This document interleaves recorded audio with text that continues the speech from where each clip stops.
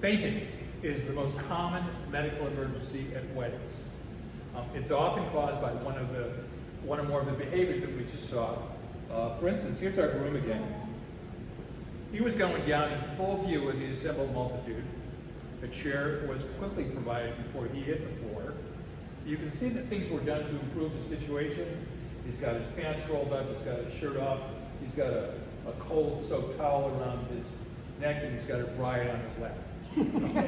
But the big question had to be answered: should you call 911 and when? The default answer for this is always, when in doubt, call them out. And do it quickly. It's far better to call them and not need them than to need them and not call them. So time matters. Our Adam Crawley, MD, anybody know who our Adam Crawley, MD was? I think he's dead now. Developed something called the golden hour. He was working at the University of Maryland, doctor, and he said, you know, in that first hour after a medical thing, more things happen or don't happen that affect the outcome than anywhere else.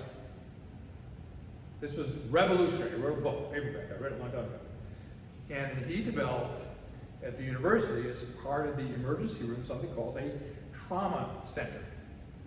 And he developed with the state an emergency medical services system, as opposed to the cops or the fire department throwing you in the back of something and rushing you into the hospital and hoping things go well. EMTs, paramedics, the whole bit, that came from here. That came from Crowley, and he said you need to move quickly.